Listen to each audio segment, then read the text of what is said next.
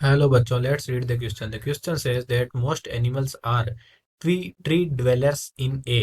हमें चार ऑप्शन दिए गए हैं, उनमें से पूछा गया है कि जो ज्यादातर जीव होते हैं वो ट्री ड्वेलर्स के रूप में किन प्रकार के फॉरेस्ट में पाए जाते हैं। ए ऑप्शन है टेम्परेट डेसिडुअस फॉरेस्ट, बी है ट्रॉपिकल रेन फॉरेस्ट, सी है कॉनिफर्स फॉरेस्ट और डी है थ्रोन वुडलैंड। तो हमें देखना है पहले कि ट्री ड्वेलर्स एनिमल्स होते क्या है।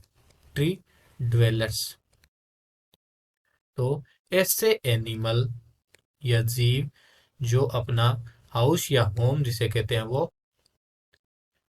ट्री या पेड़ों को बनाकर रखते हैं, या जो कि ज्यादातर वृक्षवासी होते हैं यानी वृक्ष पर अपना आवास या हाउस बना करके रहते हैं। इस प्रकार के जीवों को हम कहते हैं tree dwellers.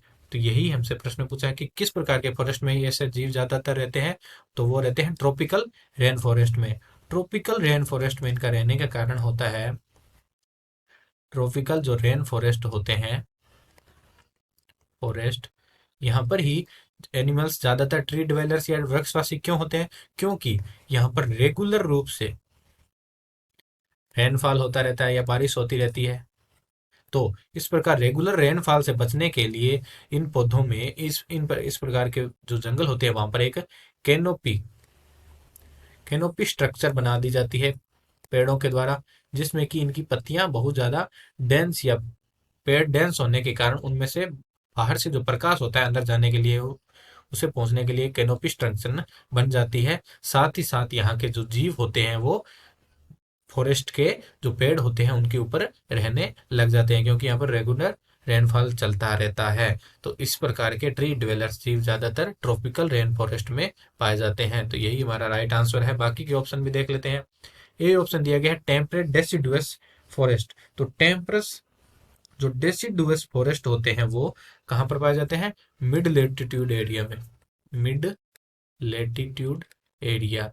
Mid latitude area कौन से होते हैं, ये होते हैं जो पोलर रीजन होते हैं, और ट्रॉपिकल जो रीजन होते हैं उनके मिड के जो एरिया होते हैं, उनके बीच का जो एरिया होते हैं, वहां पर जो फॉरेस्ट पाए जाते हैं वो होते हैं टेम्परस डेसिडुअस फॉरेस्ट। और इस कारण यहाँ पर क्या, चार सीजन होते हैं। यहाँ पर वार्म और विंटर चलती रहती है, जिस कारण यहाँ पर फोर सीजन पाए जाते हैं। तो इस प्रकार के जो फॉरेस्ट होते हैं यहाँ पर ट्री ड्वेलर्स जीव ज्यादातर नहीं पाए जाते।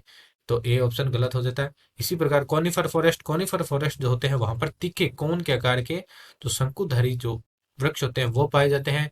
इन पर भी वृक्षावासी एनिमल्स नहीं पाए जाते। D thorn Woodland.